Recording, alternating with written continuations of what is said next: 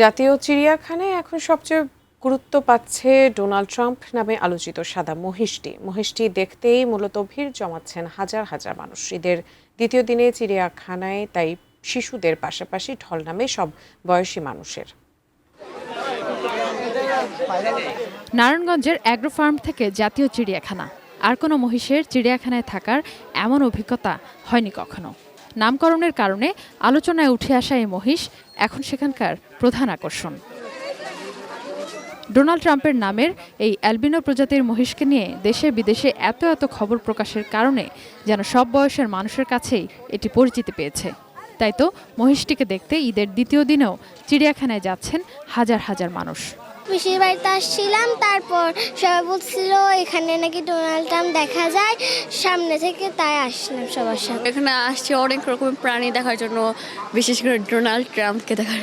আমাদের অনেক আগ্রহী করেছে হলো ডোনাল্ড ট্রাম্প, এটা দেখতে খুব ভালো লাগছে আমার কাছে। সবাই বলছে ডোনাল্ড ট্রাম্প দেখার জন্য আমরা আসলাম আর কি। আমি, আমার ছেলে, নাতনি সবাই মিলে আসছে। নতুন বাংলাদেশ গড়তে এলো জুলফিকার স্টিল। জুলফিকার স্টিল। দর্শনার্থীদের আগ্রহের কারণে মহিষটির রক্ষণাবেক্ষণে বাড়তি সতর্কতার কথা জানান চিড়িয়াখানার পরিচালক রফিকুল ইসলাম তালুকদার।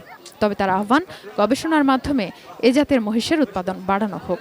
প্রোডাকশন ট্রেডগুলো যদি অ্যানালাইসিস করা যায় যে এর মধ্যে কোনো বিশেষ ধরনের কোনো প্রোডাকশন ট্রেড আছে কি না, সেটি যদি বের করা যায় তাহলে এর মাধ্যমে মহিষের উৎপাদন বাড়ানো সম্ভব। অন্যান্য পশু পাখি দেখে উৎসুক শিশুরা যেন বইয়ে পড়া গল্পের সাথেই মেলাতে চাইছে সেখানকার প্রাণীগুলোকে। আমি জিজ্ঞেস করছিলাম শিয়াল 2+2 কত, শিয়াল তো কোনোভাবেই উত্তর দিতে পারছে না। ওরা আবার জিজ্ঞেস করলাম, এভাবে আমি 3 বার জিজ্ঞেস করলাম, তা উত্তর দিচ্ছে না। ও তো পণ্ডিত।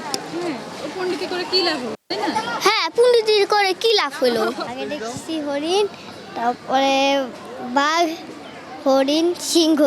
চিড়িয়াখানায় আমার অনেক ভালো লাগে, আমি প্রথমবার চিড়িয়াখানায় এসেছি। শিশুদের নির্মল আনন্দ দিতে নানান পশু পাখির সাথে পরিচয় করিয়ে দিচ্ছেন অভিভাবকরা। ঈদের সময় ছাড়া সময় হয় না, অনেক কষ্ট করে হলেও ঈদের সময় বাচ্চাদের নিয়ে একটু ঘুরতে আসা। ঈদের দ্বিতীয় দিনে অন্তত 1 লাখ মানুষের সমাগমের প্রত্যাশা চিড়িয়াখানা কর্তৃপক্ষের। Sadia Afroz, ATN news, Dhaka.